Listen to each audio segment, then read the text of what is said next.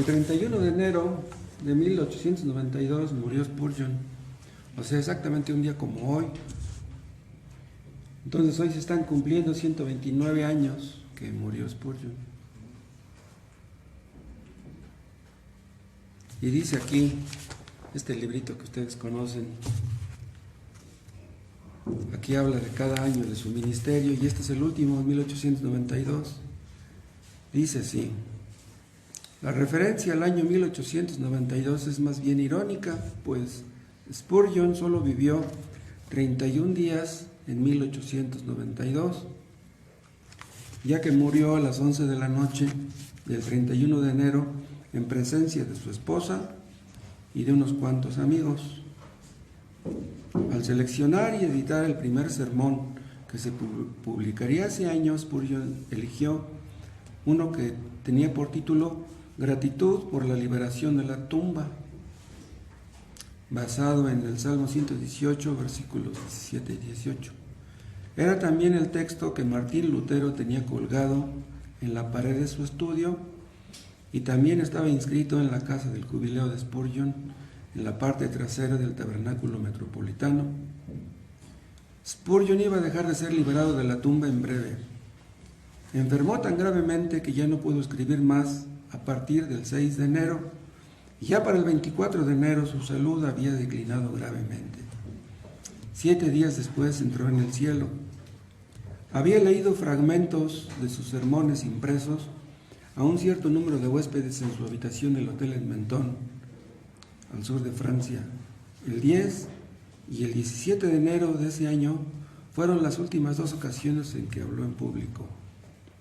Las líneas telefónicas a Menton se bloquearon con muchísimos mensajes de condolencia que llegaban de todas partes del mundo, incluyendo una llamada del príncipe y de la princesa de Gales. El cuerpo del predicador fue colocado en un ataúd de madera de olivo y después de un servicio memorial en la iglesia presbiteriana escocesa, fue llevado a Inglaterra para ser enterrado en Londres.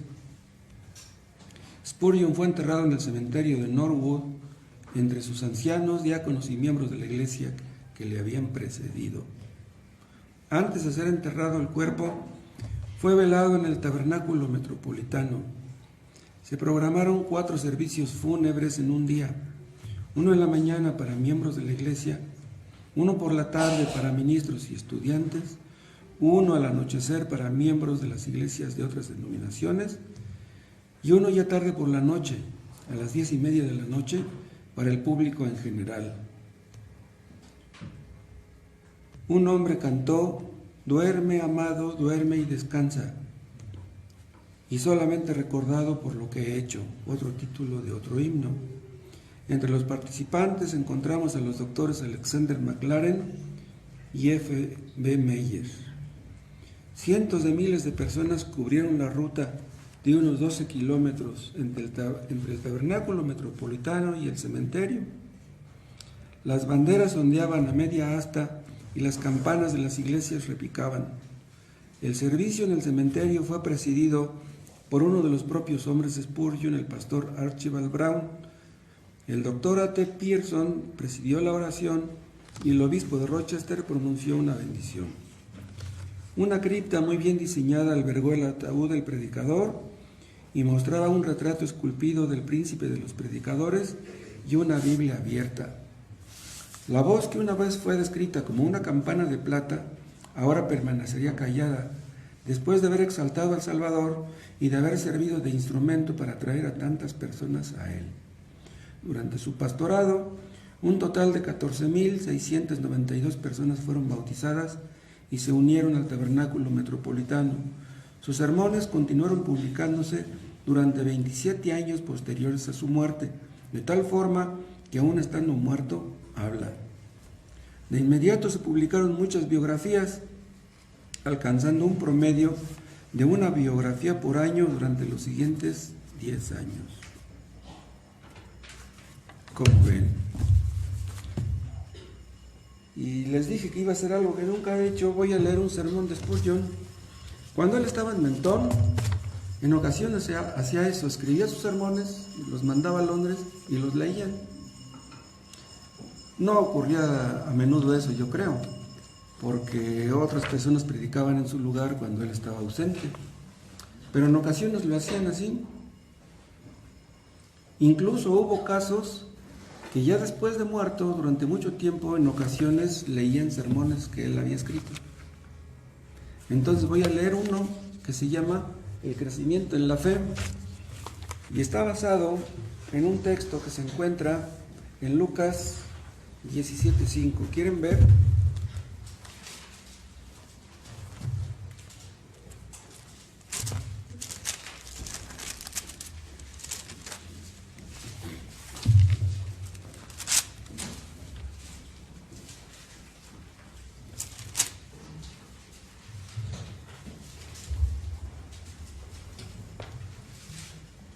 Lucas 17:5. Dijeron los apóstoles al Señor: aumentanos la fe.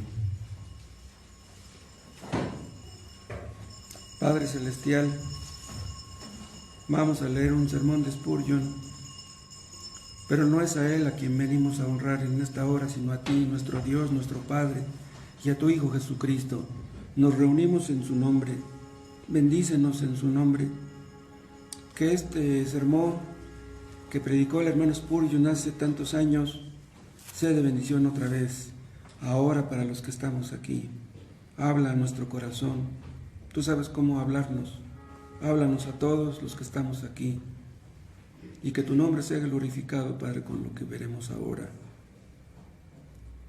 Tú conoces nuestros corazones, conoces nuestros pecados, no podemos negarte ni ocultarte nada. Te pedimos que nos perdones, Padre, los pecados que no confesamos en esta semana, que tal vez ni cuenta nos dimos, que cometimos. Te pedimos que nos limpies una vez más con la sangre de tu Hijo amado Jesucristo. En el nombre de Jesús. Amén. ¿Quiénes dijeron estas palabras? Aumentanos la fe. Fueron los apóstoles. A veces he pensado que el mensaje de Pablo en Listra, cuando le prohibió a la multitud que lo adorara, recordándole al pueblo que él era un hombre sujeto a pasiones semejantes a las de ellos, debería ser repetido a oídos de muchos cristianos modernos, pues existe una tendencia en la iglesia cristiana a colocar a los apóstoles y a otros santos eminentes sobre una plataforma muy por encima del nivel de los humanos ordinarios. No me refiero a adorarlos, sino más bien a tenerlos en una extraordinaria estima, en vez de considerarlos simplemente como modelos a imitar. Hermanos, nuestro Señor Jesucristo quiere que sepamos que no tenemos un sumo sacerdote que no pueda compadecerse de nuestras debilidades. Él quiere que tengamos la certeza que Él mismo fue tentado en todo según nuestra semejanza. También quiere que sepamos con igual certeza que los dos escogidos, los apóstoles, que salieron de Él, eran hombres sujetos a pasiones semejantes a las nuestras. No debemos considerarlos como héroes inaccesibles con una especie de carácter divino, o como si estuviesen libres de nuestras debilidades y aflicciones. Ellos fueron como nosotros, los apóstoles, y si nos han aventajado, ha sido únicamente por la fortaleza divina, por una fortaleza que nosotros también podemos recibir, por la gracia que es tan inmerecida por nosotros como lo fue por ellos. Si ellos estuviesen aquí, todavía tendrían que luchar con la incredulidad, y conscientes de su incredulidad dirían otra vez: Señor, aumentanos la fe. Los apóstoles pidieron esto, y los apóstoles lo pidieron a Jesús. Acudieron al fuerte para tener fortaleza. Inútil es ir a cualquier otra fuente. En vano lo habrían pedido los unos a los otros. En vano lo habrían pedido los unos a los otros. En vano hubieran buscado por el mundo entero para encontrar a un eminente santo a quien hacerle la petición. Habrían sido como aquellas vírgenes insensatas que dijeron a las prudentes: dadnos de vuestro aceite.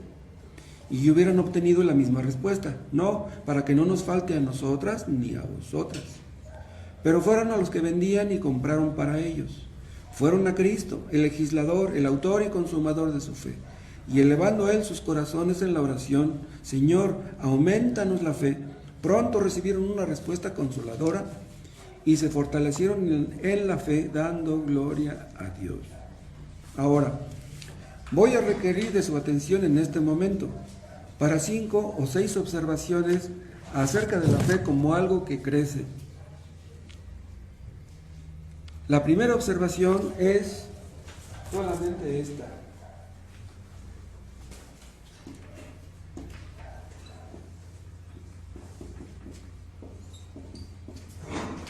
Este es el primer punto.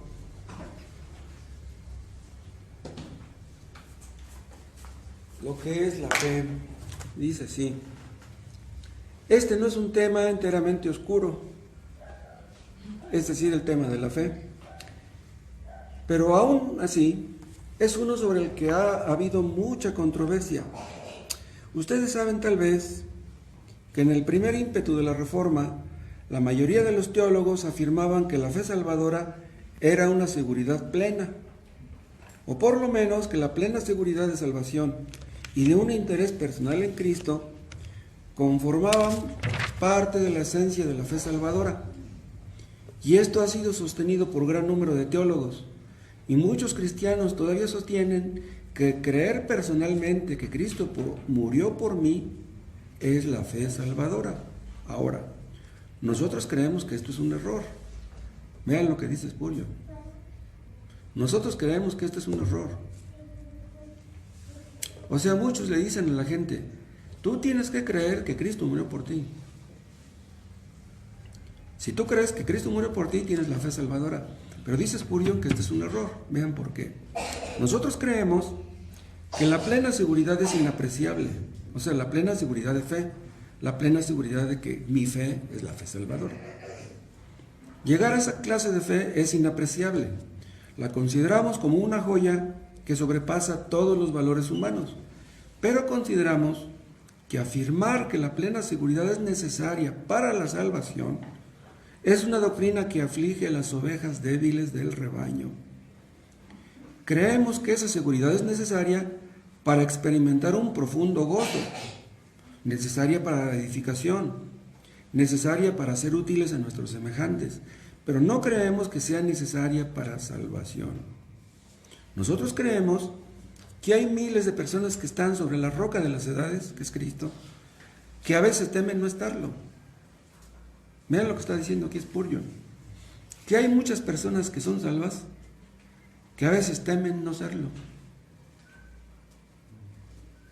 Y decenas de miles que entrarán al cielo, cuya fe no fue nunca más allá de la simple confianza en Cristo, que nosotros sostenemos que es la esencia de la fe salvadora. La simple confianza en Cristo es algo sencillo. Confiar en Cristo no es algo complicado, es algo sencillo. La persuasión de que Cristo murió por mí viene después del ejercicio de la fe y es un resultado de esa fe. Es fe en pleno florecimiento, pero no es necesariamente la esencia de la fe en Cristo. Algunos de esos que enseñan que creer que Cristo murió por mí es fe, enseñan también que Cristo murió por todos los hombres. Ahora, ustedes entenderán de inmediato que ese tipo de fe enseñada de esa manera no es otra cosa que la creencia en un truismo muy simple. Pues si Él murió por todos, entonces debe haber muerto por mí. Y mi creencia que Él murió por mí puede ser, hasta donde entiendo, una simple operación intelectual que no tiene nada que ver con el corazón. Ven lo que está diciendo aquí Spurgeon. Que creer que Cristo murió por todos es un simple acto intelectual. ¿Sí? O sea, ustedes le dicen a cualquier persona: Cristo murió por todos. Ah, pues sí. Sí, pues Cristo murió por todos. Pero esa no es la fe salvadora. Dice, si Él murió por todos, entonces debe haber un truismo muy simple. Pues si Él murió por todos, entonces debe haber muerto por mí. Y mi creencia que Él murió por mí puede ser, hasta donde entiendo, una simple operación intelectual que no tiene nada que ver con el corazón. Y que ciertamente no requiere la ayuda del Espíritu Santo. O sea, esto lo puede entender cualquier persona, lo puede creer cualquier persona, pero que no son salvas. ¿Sí? O sea, creen en su mente, sí, Cristo murió por mí, pero son personas que no son salvas. Pues cualquier persona puede creer eso, puesto que en tanto Cristo murió por todos, pues Él murió por mí. La fe de ese tipo es una cosa muy simple, y aunque cada cristiano debe percibir también que Cristo finalmente murió por él, sin embargo, si empieza con eso, comienza por el punto equivocado y puede ser culpable de presunción en vez de ejercitar la fe de los elegidos de Dios. ¿Qué está diciendo? Que muchos que creen que son salvos no lo son. Pero ¿cómo que no lo son? ¿Cómo que no soy salvo? Si me dijo el pastor que yo ya lo era, yo reconocí a Cristo como mi Salvador y me bauticé, tengo que ser salvo. Pues está diciendo Spurgeon que no. El asunto no es que lo hayas creído en tu mente. ¿Cuál es entonces la esencia de la fe salvadora? La esencia es confianza en Cristo, dependencia, fiarse de Él, confiar en que Él murió por los pecadores. Es creer que Jesucristo es el designado Salvador del mundo, que Él es también la expiación por el pecado. Y la fe salvadora es más que eso, es confiar en que la obra de Cristo te salva. En cuanto a que si Cristo murió por ti en particular o no, es algo que pronto descubrirás. Pero la fe consiste en venir con las manos vacías y aceptar la plenitud de Cristo. Vean lo que está diciendo aquí. Una persona que confía en Cristo ya salva. Para eso no se necesita gran cosa. Tú confías en que Él murió por los pecadores. Tú eres un pecador. ¿Reconoces que eres pecador? Sí. Entonces tú eres salvo.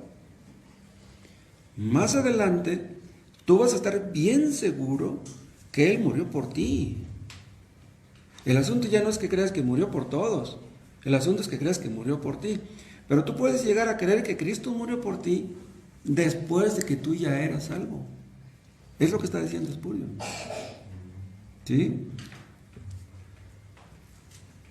Nosotros hemos visto, déjenme decirles esto entre paréntesis, que hay muchas personas que confían mucho en sus sentimientos. Se sienten bien, creen que son salvos. Se sienten mal, creen que no son salvos. Entonces, como sus sentimientos son fluctuantes, a veces sienten que son salvos, a veces sienten que no. Pero esas personas es posible que ya son salvas, pero que todavía no han crecido en fe. Necesitan que Dios aumente su fe. Ya después, con el tiempo, llegarán al pleno convencimiento que Cristo murió por ellos en especial, por ellos en particular más bien. En cuanto a que si Cristo murió por ti en particular o no, es algo que pronto descubrirás. Pero la fe consiste en venir con las manos vacías y aceptar la plenitud de Cristo. Venir desnudo y tomar su justicia para que sea tu gloriosa vestidura. Ir vil a la fuente que le ha llenado con su sangre para ser lavado en ella. De hecho, es eliminar toda confianza en uno mismo y poner toda la confianza en el Señor Jesucristo. El hermano Víctor contaba hace algunos años la anécdota de un maestro de escuela dominical que le quería enseñar a sus alumnos la esencia de la fe salvadora, de la fe que salva. Entonces el maestro tenía muchos alumnos, muchos niñitos pequeños, tenía un reloj muy valioso de aquellos de antes, de oro, que los cargaban con una cadena, de esos relojes que le apretabas un botoncito y se destapaba, ¿no? Que les dijo a todos los niños, ¿ven este reloj? Sí, este reloj le pertenece al niño que quiere venir por él. Y todos se miraban unos a otros, los niños, y nadie pasaba al frente. Pero un niño que estaba por allá atrás, pequeñito, caminó hacia el frente, agarró el reloj, se lo echó a la bolsa y gracias, y ya se fue. Y le dijeron los demás, oiga maestro, ¿a poco de veras le va a dar el reloj al niño? Sí, yo dije que al que viniera por él. Esa es la fe salvadora. Dios te la regala, agárrala. Pero es que no tengo que hacer algo, no tienes que hacer nada, agarra la salvación, Dios te la ofrece gratis. Pero somos tan necios que quisiéramos hacer algo para merecer la salvación. Nunca. ¿Cuándo vamos a merecerla? Si tú te aferras a Cristo para que sea tu todo en todo, y si tú afirmas, no conozco nada sino a Cristo, lo que Él ha hecho es todo mi reposo y mi gozo, entonces cuentas con la promesa de Dios que dice, el que cree en el Hijo tiene vida eterna, y tú la tienes, y tú por lo tanto no perecerás jamás. Esto entonces es la fe salvadora, y esta es el alma verdadera y la esencia y la sustancia de ella. No es en sí misma la plena seguridad vendrá después. Hay personas que llegan a la plena seguridad de salvación años después de haber sido salvos. No es en sí misma la plena seguridad, pero la plena seguridad brota de ella. En la confesión helvética se dice que la fe es una muy firme confianza en Cristo, lo cual es nuevamente un pequeño error. Ven lo que dice la confesión helvética de Suiza. Una muy firme confianza en Cristo. Y vean lo que dice Spurgeon. Una muy firme confianza en Cristo es fe. Y es una fe robusta, pero puede haber fe ahí donde no hay una muy firme confianza, aunque puede ser una evidencia muy valiosa. La fe, sin embargo, a veces puede estar mezclada con incredulidad. Pero ahí donde exista una confianza en el Señor Jesucristo, hay evidencia de fe salvadora. Aunque esa confianza no llegue a constituir una persuasión feliz, consoladora, deliciosa, de la propia salvación personal, sin embargo es fe, fe salvadora, y salvará al alma de quien la posea. Terminemos aquí nuestra primera observación. En segundo lugar, el crecimiento en la fe es muy deseable. No, la fe donde quiera que esté es susceptible de crecimiento. O sea, quiere decir, en síntesis, que la fe puede crecer. En un principio es algo pequeñito y a lo mejor no te das cuenta que ya la tienes, pero esa fe puede crecer, y es por eso que los apóstoles le dijeron a Cristo, aumentanos la fe. ¿No tenían fe? Claro que ya la tenían. Los apóstoles ya eran salvos. Entonces, eran salvos, pero tenían poca fe, y es por eso que pidieron al Señor que se las aumentara. Entonces, si tú tienes esa clase de fe que salva, esa fe puede crecer. Los apóstoles dijeron, Señor, aumentanos la fe. La fe es el don de Dios y nos es otorgada en grados. La fe no es siempre la misma en cuanto a su grado, inclusive en el momento del nuevo nacimiento. No todos los niños son igualmente fuertes cuando nacen en este mundo. No toda fe es igualmente fuerte al principio. Algunas veces, quienes son primeros al principio, después se convierten en los últimos. Y a veces quienes son los últimos al principio aventajan a los otros. Dios no nos da a todos la misma dotación de fe cuando empezamos. Algunos de nosotros somos muy delicados, muy atribulados, y encontramos muy difícil aferrarnos a la más pequeña de las promesas de Dios. Pero toda fe es de la misma naturaleza, aunque no toda es de la misma cantidad o grado. Toda es de la misma calidad. Un diamante es un diamante, aunque no sea más grande que un chícharo o la cabeza de un alfiler. Justamente es el mismo carácter que el diamante Koh-i-Noor, aunque no sea tan grande. Lo mismo sucede con la fe. Fe como un grano de mostaza es igualmente la fe del elegido de Dios, como si fuera una montaña. Es fe viva. Es la misma fe, aunque sea más pequeña en cantidad. No siempre recibimos la misma cantidad de fe, pero después que la hemos recibido, crece. Y esto es demostrado por la vida posterior de los mismos apóstoles. Tomen a Simón Pedro como ejemplo.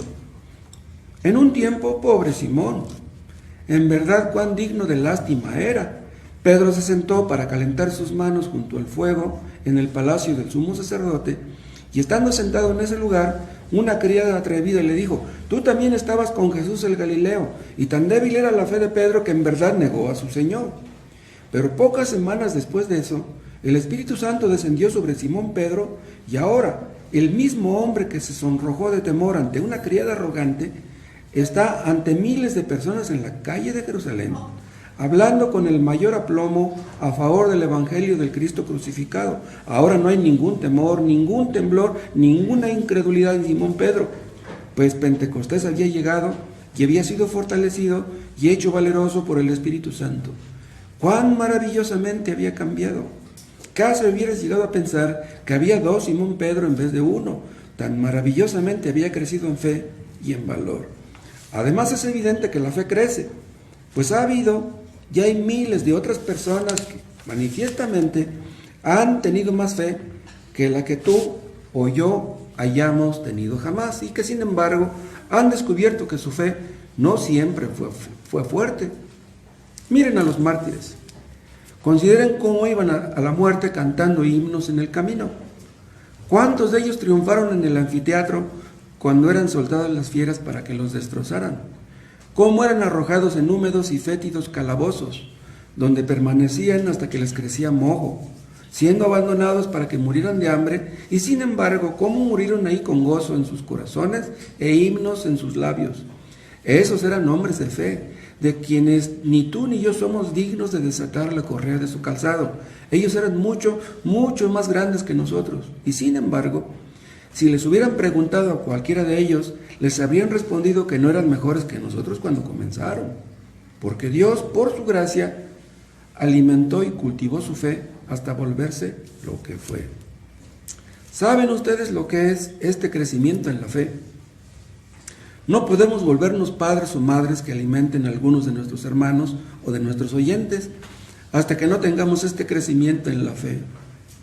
Bendigo a Dios porque yo he visto a muchos de ustedes crecer en la fe, y mi sincera oración es que cada uno pueda crecer para plena certeza de la esperanza hasta el fin, de tal manera que yo pueda decir de todos: vuestra fe va creciendo y el amor de todos y cada uno de vosotros abunda para con los demás.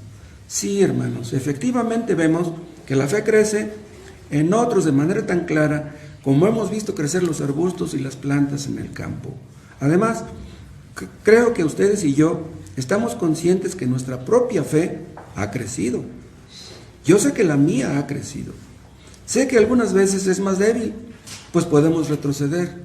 Sin embargo, estoy consciente que a la vuelta de los años mi fe es más robusta de lo que era antes. Les diré de qué manera crece la fe. Algunas veces crece en intensidad. Ustedes creen en las mismas cosas, pero ahora las creen con mayor firmeza. Un niño tiene una perla en su mano, sí, pero ahora el niño ha crecido y se ha convertido en un hombre y tiene la misma perla, aunque ahora la sostiene de una manera muy diferente.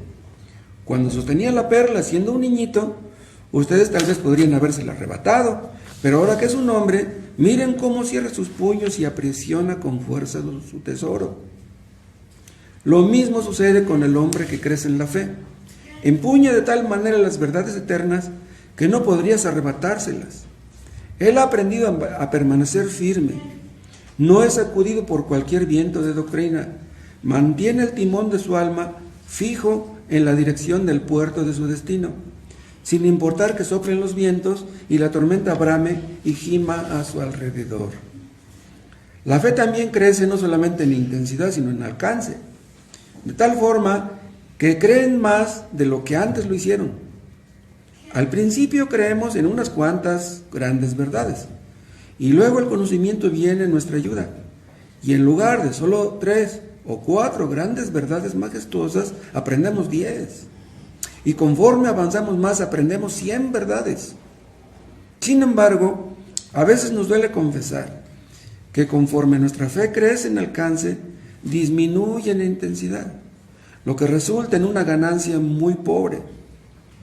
Pero si creemos más y creemos todo con la misma intensidad que lo hicimos al principio, entonces nuestra fe está creciendo verdaderamente y estamos avanzando de una forma sumamente saludable y feliz. La fe verdaderamente crece. Sabemos que crece en esos dos aspectos mencionados, pues algunos de nosotros hemos estado conscientes de ese crecimiento. Amados, sería algo muy extraño si la fe no creciera. Fue un gran milagro cuando Josué hizo que el sol se detuviera, porque ese día el sol fue la única cosa en todo el mundo que se quedó quieta. Todo lo demás se estaba moviendo. Es parte de la ley de Dios que cada estrella gire, que no haya nada inerte.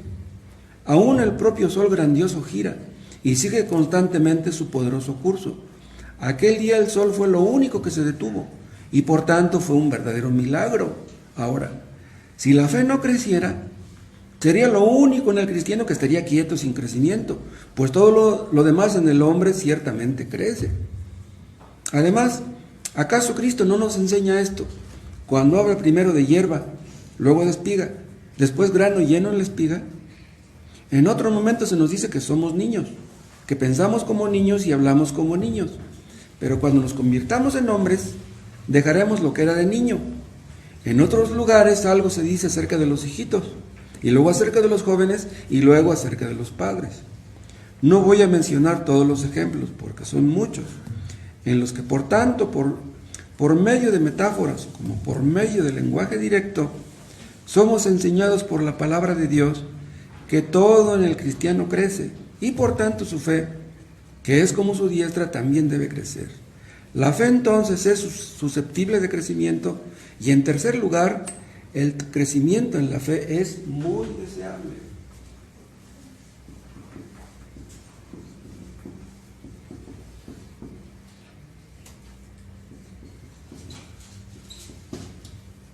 Puede crecer y debemos desear que crezca en nosotros. Dije muy al principio que la fe, aunque sea mínima, es salvadora. Pero naturalmente no es deseable que solo tengamos la fe mínima. Es sumamente deseable que recibamos la mayor fe posible. El crecimiento en la fe es deseable y lo es en primer lugar porque la incredulidad es un pecado muy grande. Y donde hay una fe mínima, ahí estás echando la incredulidad y por consiguiente el pecado. Y ningún cristiano verdadero quisiera quedarse tranquilo si está pecando diariamente. No es posible que seamos débiles en la fe y no caigamos en transgresión.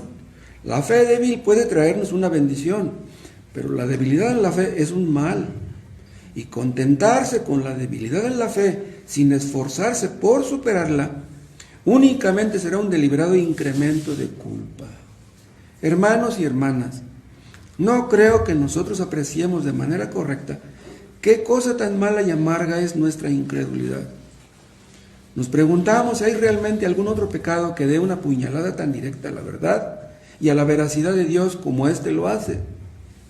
Nos preguntamos si hay un pecado que nos ensucie más o que deshonre más a Dios. Hermanos, diariamente debemos aspirar a la más elevada fe para poder desterrar la incredulidad y así seamos librados de constante pecado. El crecimiento en la fe también es necesario para nuestra santificación. Es por la fe que el pecado es sometido y todas nuestras gracias crecen. A menos que la fe sea robusta, no podemos esperar lograr progresos hacia la perfección. La santificación es diaria e incesante. Es obrada en nuestros pensamientos y en nuestros corazones por el Espíritu Santo. Pero la fe en la sangre preciosa es el grandioso instrumento que Él usa para esa santificación. Vencemos el pecado por medio de la sangre del Cordero aplicada a nosotros con el hisopo de la fe, día con día. Hermanos, si descuidan su fe, pronto descubrirán que sin importar cuánto se esfuercen, sus esfuerzos serán totalmente vanos para avanzar en otras gracias. Fe, este es el tanque, y si no está lo suficientemente lleno, la tubería pronto se secará. Además, el crecimiento en la fe es necesario para consuelo nuestro. La pequeña fe va al cielo, pero sus pies están doloridos por el camino. Entra al reino, pero es como un barco que cuando hace agua tiene que arrojar su preciosa carga al mar y con dificultad llega a puerto y casi zozobra en la boca de la bahía. Pequeña fe se tropieza con una pajita, pero gran fe está llena de consuelo. Su mente está saturada de recuerdos gratos, de misericordias pasadas, y sus ojos destellan con las tiernas anticipaciones de las misericordias venideras. Y así gran fe goza de un cielo aquí abajo. Vean lo que dice aquí. Los que tienen una fe grande, los que tienen una fe fuerte, tienen un cielo aquí abajo. No necesitamos ir al cielo para saber que existe, ya lo tenemos aquí. Gran fe goza de un cielo aquí abajo y se encamina a cantar los himnos de la gloria, entonando algunos de ellos por el camino. Denme una robusta fe en Dios y no necesito pedir ninguna otra cosa, pues la fe vigorosa convertirá la pobreza en riqueza. O sea que si tú tienes una fe grande, aunque estés pobre, vas a sentirte rico. La debilidad la convertirá en fortaleza, las profundas aflicciones en gozos perdurables y las dificultades monstruosas en triunfos maravillosos. Reciban más fe y tendrán abundancia de consuelos. Todos son días y noches festivos. Un alma que posee una fe imbatible en las promesas del Dios bendito goce de una feliz Navidad durante todo el año. La fe robusta es también muy necesaria para nuestro servicio útil. Si nos dirigimos con timidez a nuestro trabajo, conociendo escasamente nuestro propio interés en Cristo, podemos recibir una bendición, pero no es probable que sea una gran bendición. Pero cuando sabemos en quién hemos creído y hemos gustado y experimentado que la buena palabra de Dios es ciertamente nuestra, entonces lo que hablemos vendrá con gracia y poder. Y habrá más probabilidades de que tengamos éxito cuando trabajamos con fe bajo la variada unción del Espíritu Santo que cuando trabajamos con dudas. En verdad la fe recibe bendición. Yo me pregunto si nuestra predicación rociada de incredulidad es de algún servicio. Pero si predicamos creyendo que las almas serán salvas, entonces serán salvas. Si predicamos confiando en la promesa de Dios de que su palabra no regresará a él vacía, no regresará vacía, sino que habrá fruto para el sembrador de acuerdo a la garantía que nos da nuestro Dios fiel. Hermanos, no puedo hablarles ahora extensamente sobre un tópico tan importante, pero lo dejo con ustedes, teniendo la certeza que no podrán nunca pensar demasiado acerca de él. Es deseable que su fe crezca en grado sumo sobre todas las cosas. Búsquenla, se los ruego, y que el Señor les conceda fe de conformidad a su plenitud de misericordia. Pero ahora reflexionemos en la verdad llena de gozo, que el crecimiento en la fe es obtenible.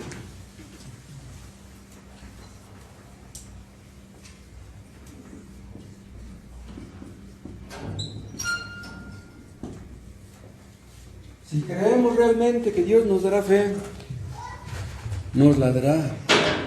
Los apóstoles no habrían pedido el crecimiento, no se les hubiera permitido que lo pidieran si no hubiera sido posible que lo recibieran.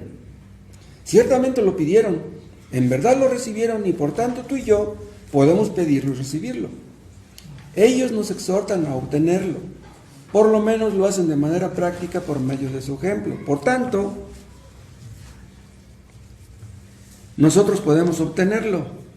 Es siempre algo muy triste y grandemente deprimente para el crecimiento cristiano cuando ves con el ojo de tu mente a grandes y eminentes cristianos y concluyes que están muy por encima de lo que tú puedas llegar a ser jamás.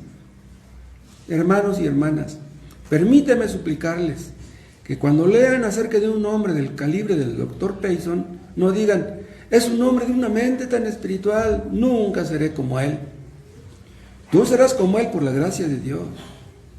Joven que estás a punto de entrar en el ministerio, cuando leas la vida de Whitefield, no permitas que el maligno te diga, tú no puedes ser tan devoto y tan seráfico en tu entrega como él lo fue. ¿Por qué no? Ahí donde Whitefield no alcanzó la perfección, tú no la alcanzarás. Y ciertamente no la alcanzarás, pero ¿por qué no has de ser como él? El mismo Señor que lo hizo a él, también te ha puesto a ti sobre la rueda. El mismo Espíritu que lo mantuvo ferviente y fiel, ha prometido habitar en ti. ¿Por qué no podrían obtenerse los mismos resultados? Yo sé que ustedes a veces admiran a aquellos que son más avanzados en la vida divina que ustedes. Ustedes que se han unido recientemente a la iglesia cristiana, ustedes los envidian, pero no creen poder alcanzar jamás su nivel. Ay, amados, que su oración sea poder alcanzar a los mejores en la iglesia. Siéntanse menos que ellos, pero si es la voluntad del Señor, estén en realidad más llenos que cualquiera de ellos de la gracia de Dios y de amor y de toda cosa buena. Tengan aspiraciones, hermanos míos, no desesperen, sino aspiren por la gloria de Dios a demostrarle a este mundo que el cristianismo no ha perdido su vigor, no ha perdido su fuerza, que es todavía posible que seamos tan sencillos y tan heroicos como lo fueron los apóstoles. Aspiren a tener lo que ellos obtuvieron, pidan el crecimiento en la fe como ellos lo pidieron, y cuando lo tengan, no se contenten solamente con crecer, y no piensen que no pueden llegar a ser tan llenos de fe como ellos lo fueron. Yo sé que el enemigo les dirá que ustedes ocupan una posición en la que no pueden ser tan llenos de gracia. Díganle al enemigo que él es un mentiroso desde el principio. Puede ser que estén en una posición en la que no sean ampliamente útiles. Ustedes podrán estar donde no son llamados, ni se espera que hagan muchas de las obras que otros desempeñan. Pero los círculos son admirados y alabados, escuchen, no por su gran tamaño, sino por su redondez. Así que Dios los honrará, no de conformidad al tamaño de su esfera, sino de acuerdo a la integridad con la que la llenemos, haciéndolo como para el Señor, lo que Él requiera de nosotros de acuerdo a su temor y por medio de su gracia. Una niñera que tiene a su cargo 2 o 3 niños, que les enseña la dulce historia del amor de Cristo y que busca traer sus corazones a Jesús, puede ser más fiel de lo que yo soy. Que tengo una gran congregación que me escucha continuamente. Ella puede cumplir con toda su responsabilidad. Para mí será difícil cumplir con toda la mía. Tú que tienes un pequeño taller y que tienes que trabajar mucho para sobrevivir con lo que tienes y con una gran familia que educar en el temor de Dios, puedes recibir más honor del Señor al fin que muchos cuyos nombres no son proclamados por el mundo. No se trata de dónde estás, sino de quién eres. Y no se trata de cómo eres visto, sino de cómo vives a los ojos de Dios. Eso es lo que importa. Queridos amigos, es posible entonces que en la esfera en la que te desenvuelves sobresalgas en la fe tanto como Pablo lo hizo predicando en Atenas, o Pedro ante la multitud en Jerusalén, ante partos, medos y elamitas. No permitan que nada los detenga. Crean que no se les enseñaría a orar: Señor, aumentanos la fe, si Dios no iba a responder la oración. Y crean que Él la responderá y que les dará la fe más elevada que jamás tuvo algún hombre, inclusive tú. De tal forma que en el lecho de la enfermedad o en medio de la pobreza, tú puedes ser un ejemplo tan ilustre de fe como el creyente mejor conocido que haya adornado jamás los anales de la iglesia. Pero debemos proseguir, puesto que este crecimiento de la gracia es obtenible, así a continuación hay un medio para obtenerla.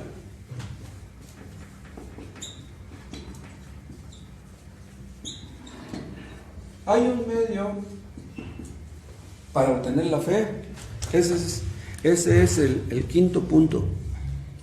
Si me permiten darles un consejo, el primer medio que destacaría para lograr un crecimiento en la fe es el mismo que los apóstoles adoptaron, es decir, la oración.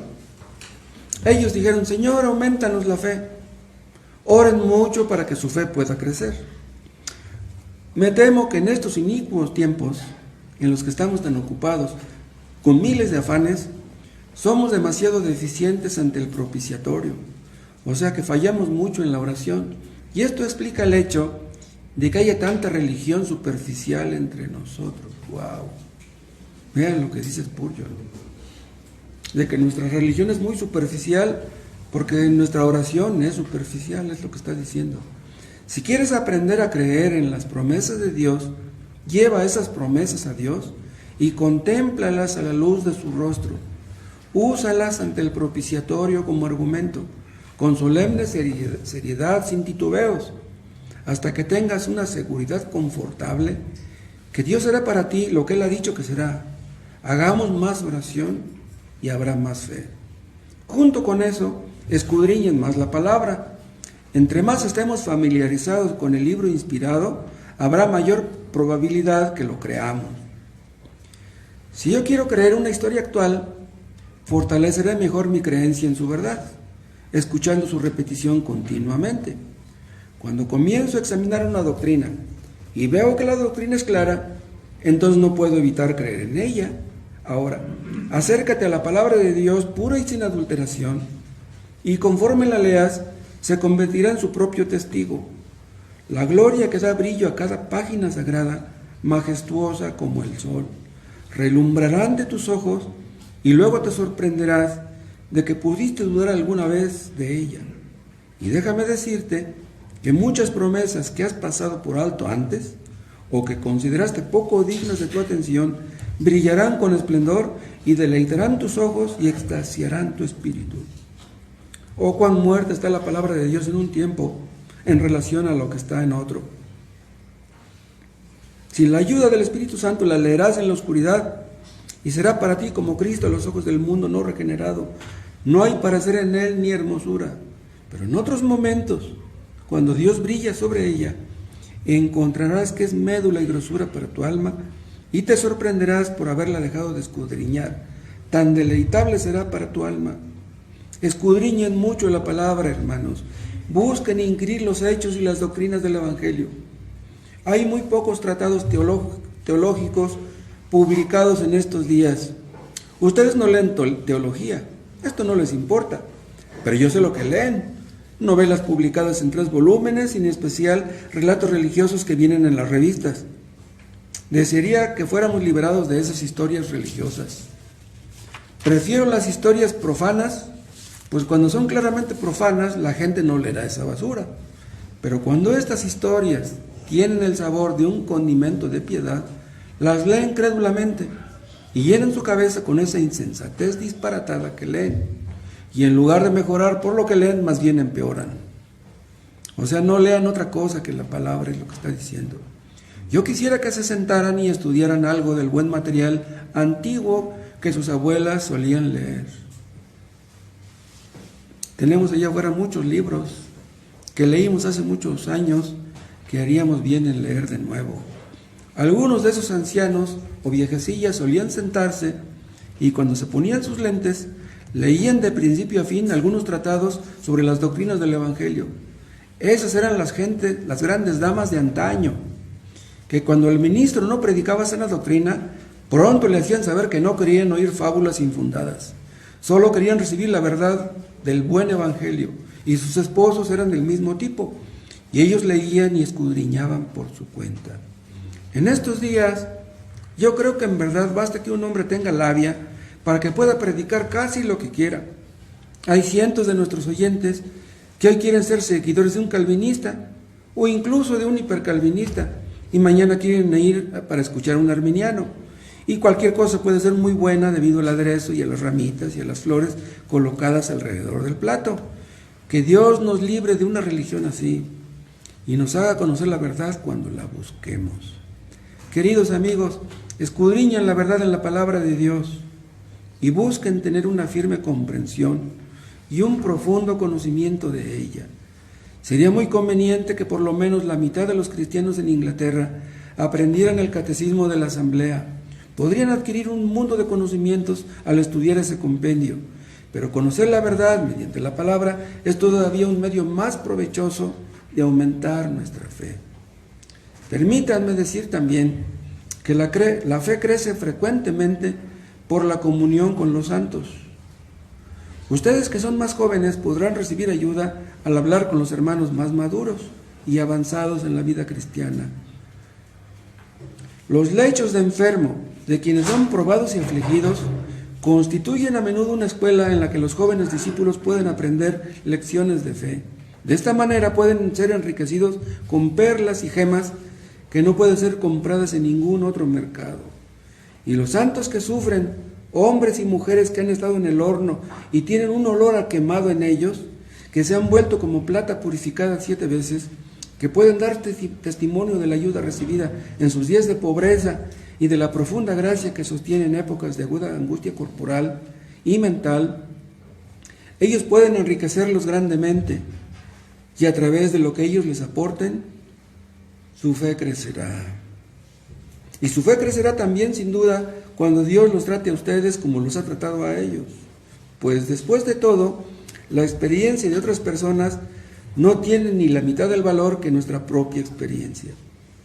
Es cuando nos encontramos en caso de apuro, cuando comenzamos a transitar en medio del fuego, que volamos al Dios eterno gozándonos porque el eterno Dios es tu refugio y acá abajo los brazos eternos. Pidan el uso santificado de la aflicción, oren también por el uso santificado de la prosperidad y de esta manera, por todos los medios providenciales, su fe crecerá. Sin embargo, recuerden que el único medio real de crecimiento en la fe es por el poder del Espíritu Santo. Como dije al principio de este mensaje, el crecimiento de Pedro en la fe le vino en Pentecostés, y lo mismo ocurrió con los demás del grupo de los 12. Se volvieron hombres nuevos porque el poder del Espíritu descansó sobre ellos, amados. Si tenemos más del poder del Espíritu de Dios, más ejercicio de su poder en nosotros, nuestra fe crecerá. La fe entonces es algo que crece. Debemos desear que nuestra fe crezca, puede crecer.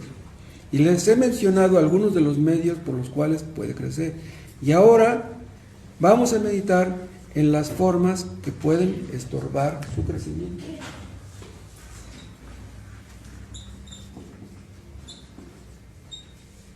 Hay estorbos, cosas que impiden que nuestra fe crezca. Y, aunque podría ser un tema muy extenso, dedicaré unos 2 o 3 minutos para esto. Ustedes pueden obstaculizar muy fácilmente su crecimiento en la fe. Vean lo que dice. O sea, pidiéndole a Dios que nuestra fe crezca, podemos estar haciendo cosas que estorban eso. Aunque estamos pidiéndole a Dios eso, tal vez estemos haciendo algo que no debemos, que impida que nuestra fe crezca. Pueden hacerlo descuidando la fe, dejando que su Biblia se empolve, abandonando un ministerio que es edificante, o sea, dejando de escuchar la predicación, menospreciando al Espíritu Santo. Pueden hacerlo al no ejercitar lo que ya tienen. O sea, tienes fe pero no la usas, no ejercitas la que tienes, no te va a dar Dios más. Ustedes no pueden perder su fe si es verdadera fe, pero pueden perder mucho de su poder comparativo por causa de una mente mundana, entregándose a la avaricia, olvidando congregarse como acostumbran algunos, cayendo en pecado, entremetiéndose con la carne, gratificando a la vanidad por cualquier cosa que contriste al Espíritu Santo. También su fe se puede debilitar si habitan lejos del sol. Los habitantes de las regiones de la nieve y hielo pronto se enfrían, y lo mismo nos puede suceder a nosotros si vivimos lejos de Dios y del sol de justicia.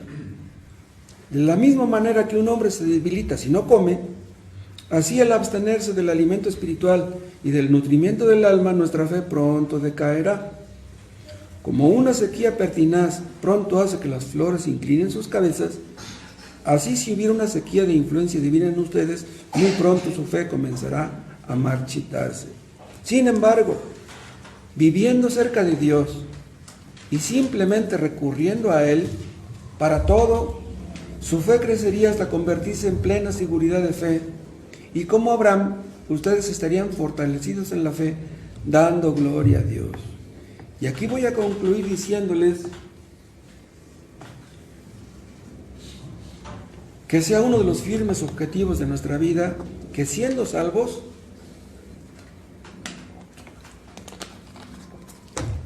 podamos buscar el más alto grado de fe.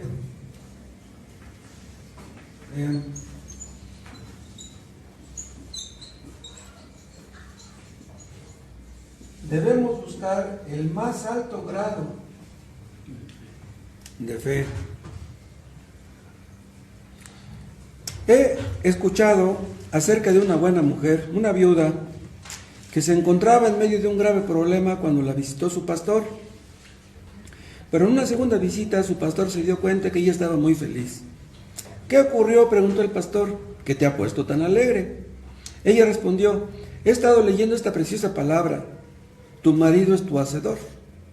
¿Y cómo te ha consolado eso?, le dijo el pastor.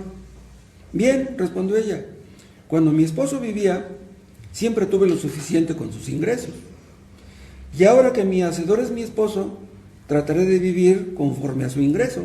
Yo, ¿qué tarea tengo frente a mí si debo vivir de conformidad a los ingresos de Dios? Que no conocen fronteras ni límites y que nunca se acaban.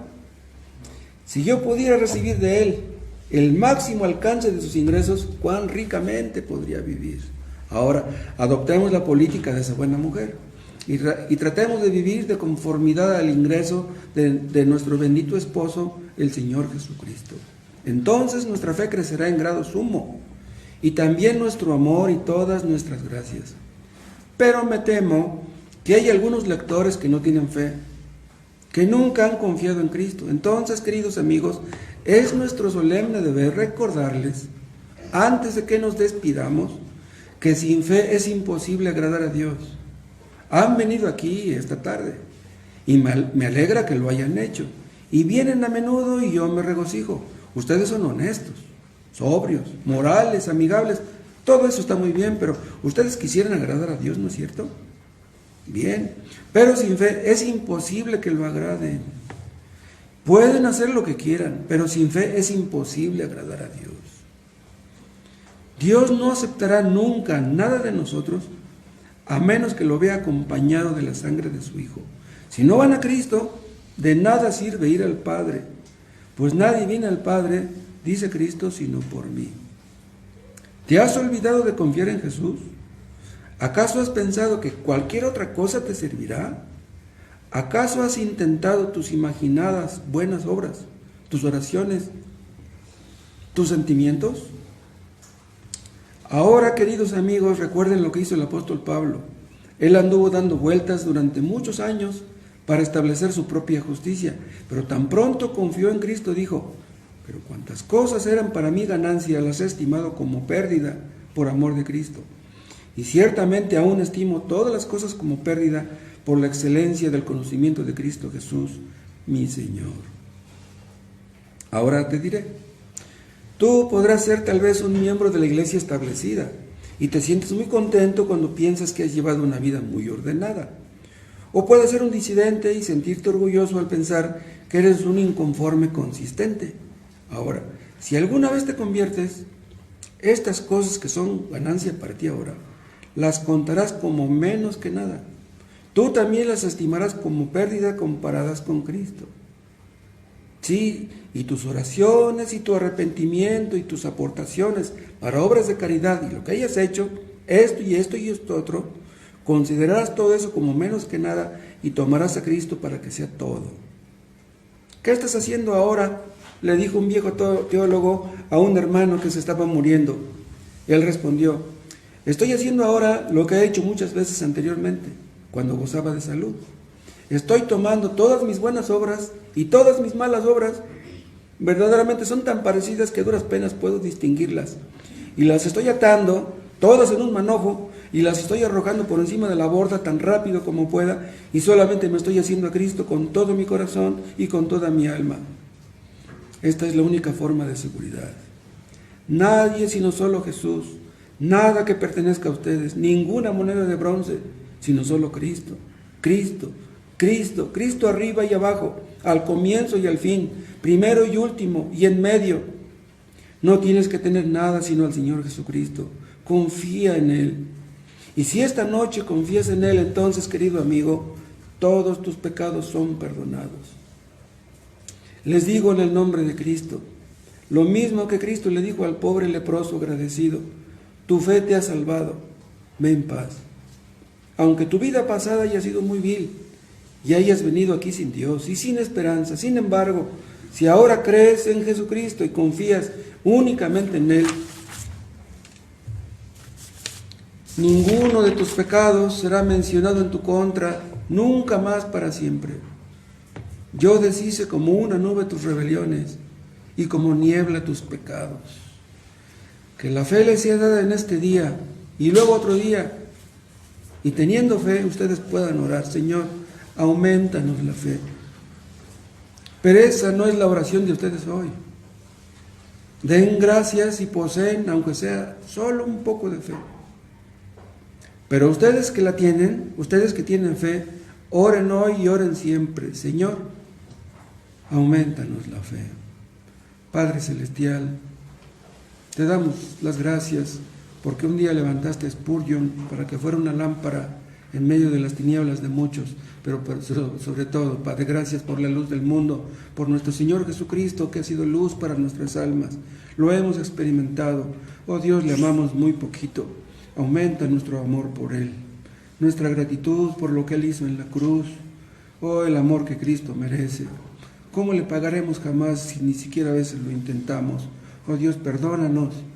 Aumenta nuestra fe en tu palabra, nuestro amor, nuestra gratitud. Y haz que esta iglesia sea, Padre, lo que tiene que ser, lo que tú te propusiste desde antes de que llegara el Evangelio a México. Gracias porque tú nos trajiste tu verdad a esta ciudad. Y que podamos ver, Padre, la salvación de muchos aquí. Que veamos la salvación de nuestros seres queridos, de nuestros hijos. Aumenta nuestra fe, Padre. Enséñanos a pedir cosas grandes porque creemos que eres un Dios muy grande. Enséñanos a ser agradecidos, Padre, con tantas bendiciones, con tantos privilegios de los que tú nos rodeas. Gracias por la vida, por la salud, por la misericordia. Gracias porque pudimos reunirnos hoy. Bendícenos a través de esto que hemos escuchado hoy y que toda la semana estas cosas formen parte de nuestra meditación. Te lo pedimos en el nombre de Cristo Jesús. Amén.